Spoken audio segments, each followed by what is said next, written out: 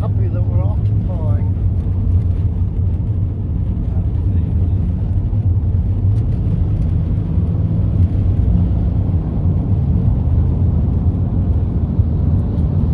So even local Maori researchers might have a bias, even with Urapa, who's been buried and dead there. I've been at the marae and they've undertaken to restore fallen or knocked broken headstones. And oh yes, we'll do this, do that. Nothing done today. But it hasn't been what they claim, only them and them there. This way old stagecoach road went down Mountain Road to Opepe. Opepe came, the old road came back this way. Yes. And through, and then round that hill, which was Paitiki. Yep. Paitiki, not Paitiki. So Paitiki means flounder, doesn't it? Is it a Paitiki? Or diamond, isn't it? Diamond shape. Oh, is that what it is? Diamond shape. Tuku panels, the Paitiki is, I think, a flounder but a diamond shape as well. And that got occupied when they found a spring, local source of water. Because the other source of water comes from the top of the mountain. You've been up the mountain yourself? No, never. How bad is that? Oh, I've been up to the quarry actually. I've got stone from the quarry on the other side. I remember the day from Tauhara the Burrows brothers came and wanting to set up and put up a quarry. So I was actually witness to that. Pick up a what? To pick up a permit and get an authorisation and that to be able to quarry stone there. Oh, okay. I remember two brothers came and the Burrows brothers. Yeah, because there were two things I wondered about: why Māori would let the mountain be used as a dump site and as a quarry site. I thought, well, was that a decision that the Māori people said yes to, or was it made for them? Well, that formed a boundary with the subdivision of the number 2 block, which cut out all these lands to the Tauhara surveys, and that allowed then the collective hapu for Tauhara Middle to come in, a little bit on Tauhara's side, and Tauhara North all went to the descendants of Nrth, the descendants of Maroon Karaka. Now they say it's too far retire, which it isn't. Now they're wanting the Whakapapa, which was taken by the Crown in the 1920s for a reserve, to be turned into the world's largest sulphur mining operation. Sulphur mining? Yes, the world's largest sulphur mining operation. The Crown acquired it and the too far retired and everyone, go ahead. The only one objected was the rightful owners, Nrth people, and they were overrun. It was acquired by the Crown for a reserve, who instantly turned it into the world's largest sulphur mining operation, not $1 going to the local Maori. And now it's under dock, you got it for nothing, and you've got other groups that were never there in the first place, or us, our interests, and they're bouncing off this mythical rock of Tia to try and get anything this side they can. It's all very political. Sounds like it. And then Perry, can you just mention again why Māoris needed to have a waka, to recite a waka for the Māori land courts, was it? Yes, most tribes, even round here, too far are Arawa, but the tribes all northern, northeastern end are Arawa, but not too far retire. Yep. They come from Koroputo. Koroputo, between a son and daughter, had the lands partly divided here. After he came down, they couldn't get over to Whakamaru, Mangakino, so he came and landed here. And he had overrun, and then they intermarried with Ngāti Hutu. Excuse me, can I just put this down? Yes, so I can lean my arm. Yes. Now with that, they did not have a waka tradition. They were more contemporary with just about generation before TeWhare himself. Now when land courts came, suddenly it was decided with the judges in over 20 years that you had to come back to a waka. Now the waka myth was created of having everyone coming in one great fleet, and that was created by a John White, a Pākehā, who got from the government more money, more history. So he went up and down the country, gave to $2, 2 guineas worth of history or 5 guineas worth of history, and was paid in amounts of history he got. And John White, where some tribal areas had no waka tradition, he put everything side by side. Some might be up 200, 300 or 400 years, and he made everything squash him, and he came up with the 1350 date to give the Victorian sense of neatness in that and timeline. After that, court judges almost demanded, to satisfy their own books and stories that they were writing, that you had to come from a waka. And so enrolments in native school, you had to come from a waka. And so some children that were told by their parents and transferred something that wasn't in their direct traditions. So it's John White after that put a 6-volume official history, government printing history, 6-volume history of the Maori people. The Maori people, of course, were going to be all extinct by 1900, so it was an urgency to capture the traditions and that. I've been in the Auckland Public Museum Library, and I've seen all his original notes and things that he wrote, and the methods that he used and employed. So then by 1896, anything to do with geology, science, or anything else, that even Maori tradition, were being written in journals collectively, and the Transactions of New Zealand Institutes journals. And then suddenly to capture the last of the dying race and all the information in that, they created the Polynesian Society. Oh, yes. And the Polynesian Society was printed, the books and that were all printed in journals from an American press, printed them. But then John White allied himself with Percy Smith, who then brought out the book Hawaii. And so it was all the Pākehā colonial vision that was taught, and then became required learning and reteaching into the native schools that swore by it and passed down as if it was ancient traditional knowledge coming from a distant Hawaii.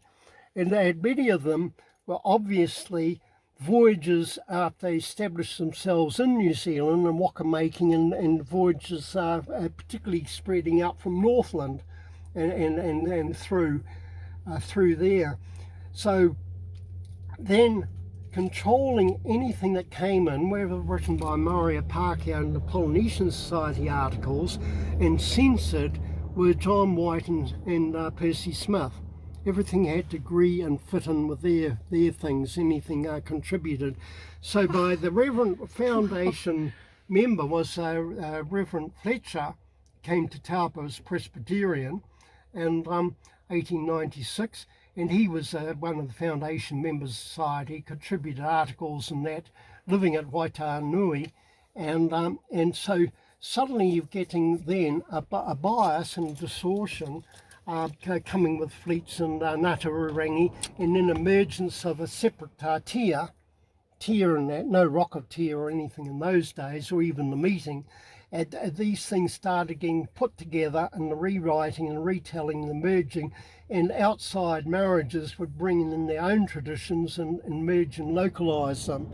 And so by the time John Gray started writing his book, TeWhare, it was very much what was then land blocks had been all settled in the courts, and then it was succession orders, so the history remained stagnant with the subdivisions and the successions, and everything was retaught on following the lines as was the criteria of the native schools and teaching of the native schools.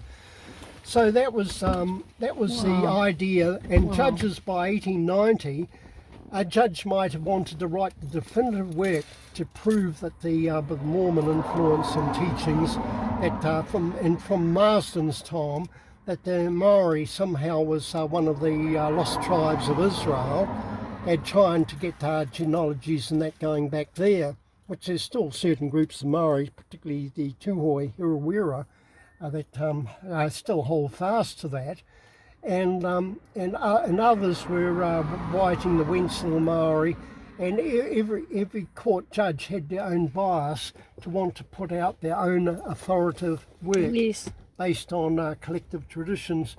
So one group in the East Coast, to satisfy a judge, started their Whakapapa by starting off with Noah and the Ark. And trying to connect the Whakapapa there. And we're back 50, 70 years before, such things just didn't exist in the Maori mind. It wasn't part of their culture or anything. So by 1960s, definitive work came out, the Great Fleet Review, that looked at all the Maori earliest traditions and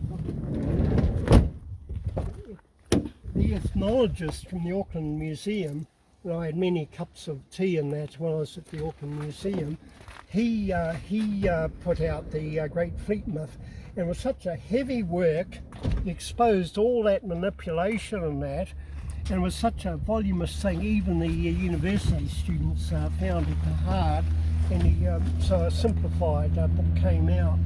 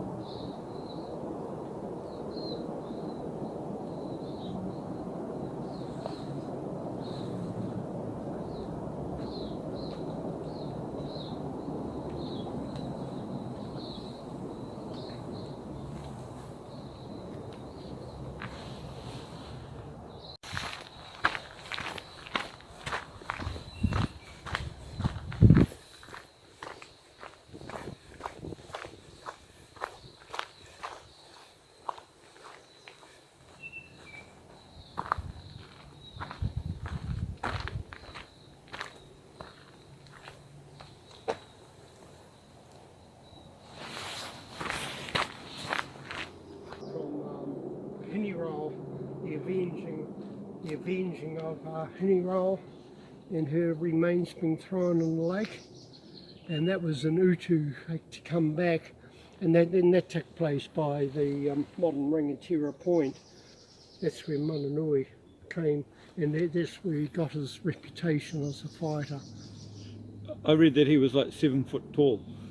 Is that true? That was in the book. It said he was 7 foot tall. Well, he was personally described about 6'10" or something, and his brother was nothing like it, Iwikau, but of the same stature, but had the Puihipi Tukorangi was supposed to be a huge, massive bloke, and Puihipi's feet almost dragged on the horsey road. And he fought, as I say, for the Crown troops, and they brandishing his tomahawk, his axe, and but we got a dead horse point over by Acacia Bay, Dead Horse Point, and I believe that's as far as the horse would take him before it collapsed on him. That's my take on it. It's like a dead horse, mate. Get off. This is a lovely old tree, eh? They have a real life force to them, Perry, that young things don't have. You just feel it around them.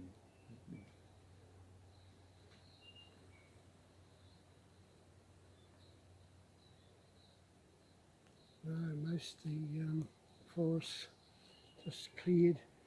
Well, by the time they brought legislation in limiting the harvesting of native forests, They're all cut down.